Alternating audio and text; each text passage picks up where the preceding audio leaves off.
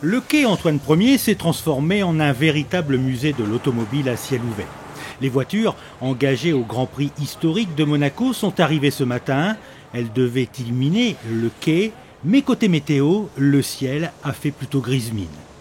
Champagne diront certains, et râlerie pour les jamais contents, mais forcément beaucoup d'interrogations pour les pilotes.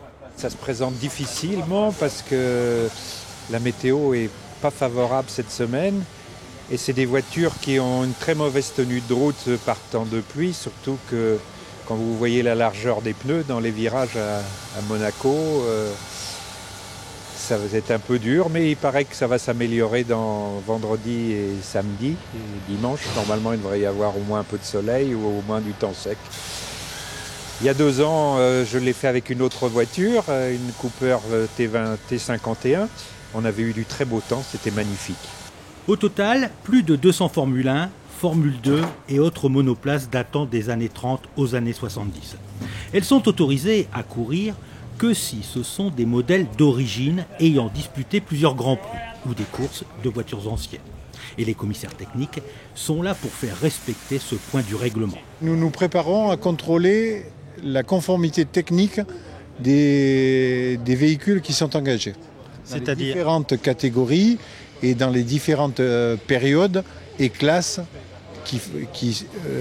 s'ils sont conformes à l'engagement et aux prescriptions techniques et de sécurité qui sont une obligation de la FIA. Donc vous êtes contrôleur, mais on peut dire que vous êtes entre guillemets mécano aussi, parce qu'il faut s'y connaître. Nous ne sommes pas mécanos, mais nous avons une formation technique qui nous permet de comprendre et non pas d'interpréter, mais de savoir si le véhicule est conforme aux prescriptions de son passeport technique et pour la sécurité également. La conformité, ça concerne quoi sur la voiture ? La conformité, c'est un véhicule est muni d'un passeport technique historique qui correspond pour un être humain à un passeport, et on s'assure que c'est bien identique à ce qui est porté sur le document qui est enregistré par la FIA. De même, les pilotes qui n'ont pas un minimum d'expérience ne peuvent pas prendre le volant.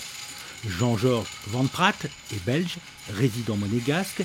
Il est à la fois passionné de belle mécanique, collectionneur et pilote. Il y a des antécédents familiaux.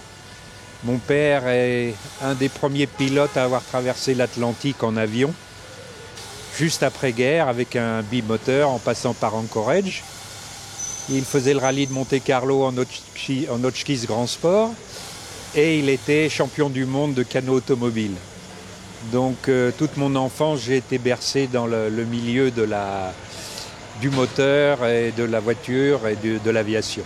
Par ailleurs, et par mesure de sécurité, aucun bidon d'essence n'est autorisé à proximité des voitures. À leur arrivée, les écuries déposent donc leur carburant dans un espace spécialement réservé à cet effet, une étiquette verte pour l'essence, une étiquette rouge pour le méthanol.